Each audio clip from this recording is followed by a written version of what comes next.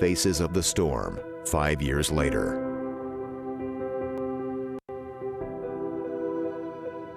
Get in your safe place right now. We have a tornado on the ground. April 27th, 2011, the day we couldn't be warned enough about. But within this moderate risk, some large tornadoes are possible tomorrow. The day nature reminded us how powerless, vulnerable, and small we really are, that we can be victims. When I walked outside, it was total destruction. It was a disaster. Survivors and Samaritans. And I just went to throwing them off of her, trying to get her out. We can be broken. There's no easy road coming out of this. And we can rise up. In Hackleburg, you matter. Tonight, we journey together into our not-so-distant past, sharing new stories of survival, heroism, and hope. They went above and beyond what they should do, and those stories need to be told, and our recovery's not over with yet. We'll look toward an uncertain but brighter future in Faces of the Storm 5 years later. 5 years ago today, a massive EF4 tornado touched down in Tuscaloosa and carved a path of chaos, death, and destruction through the very heart of the city. But the story of April 27, 2011 actually begins days before that storm struck. Good evening, I'm Lynn Brooks alongside our Chief Meteorologist, Richard Scott. Richard, you were following this storm system literally days before it actually arrived here.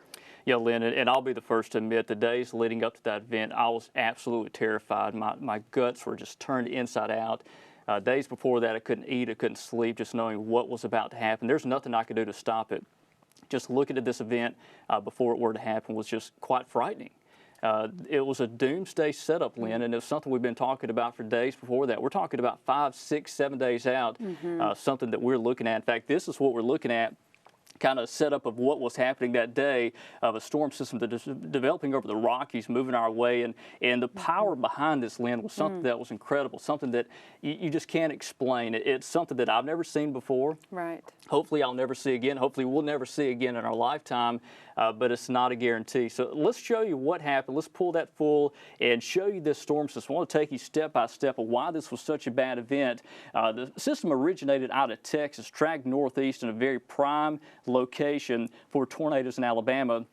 And what made this unique was the dry line. We had a dry line track across Alabama, and typically with dry lines, they're out of the plains. We don't usually get them this far east, and you get these LP supercells, low precipitation. You could see tornadoes.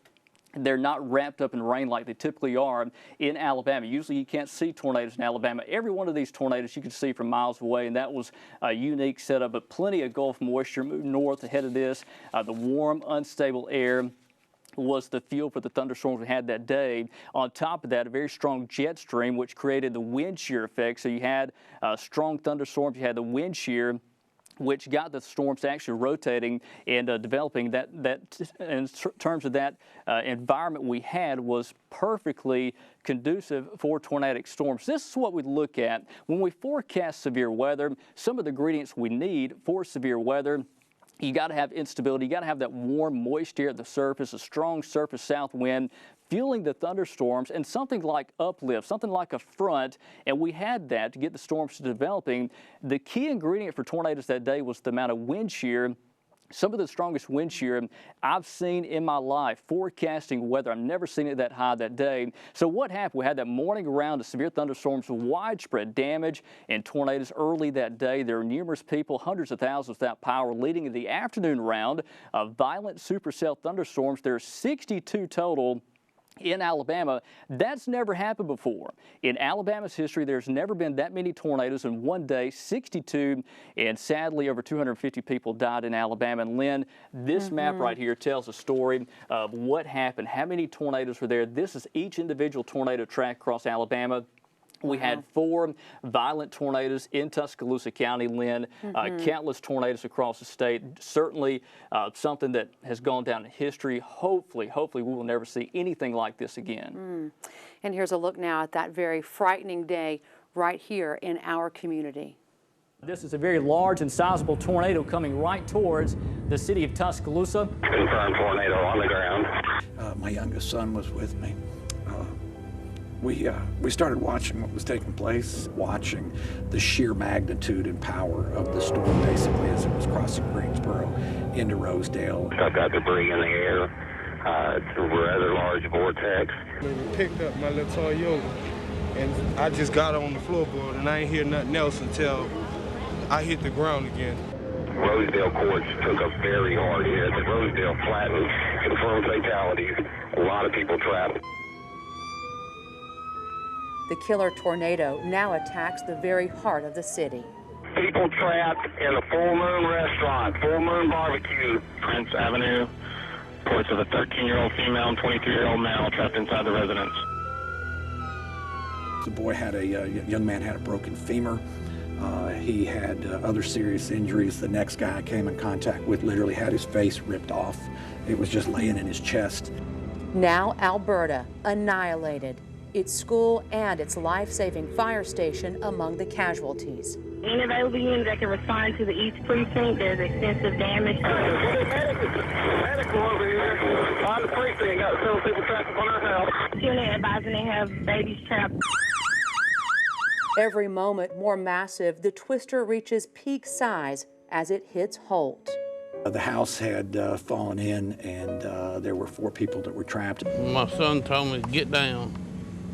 We got down on the floor of the basement. The last time I heard from anybody. Survivors emerge. Some run into the streets. Others fall on their knees. Everyone hoping to find someone they love. The number of injured is now at about 900. Also, several fatalities and a lot of people missing. Right now, 446 Tuscaloosa residents reported missing. A rare and quiet darkness falls over the city. There was nothing there, and it was an eerie quiet and a very eerie sensation. And McFarland Boulevard is eerily quiet, but light slowly returns. I think the Lord told me to get up, and I got up. God gives and God takes away, but He spared our life. He spared our life. Spared with the promise of a new day.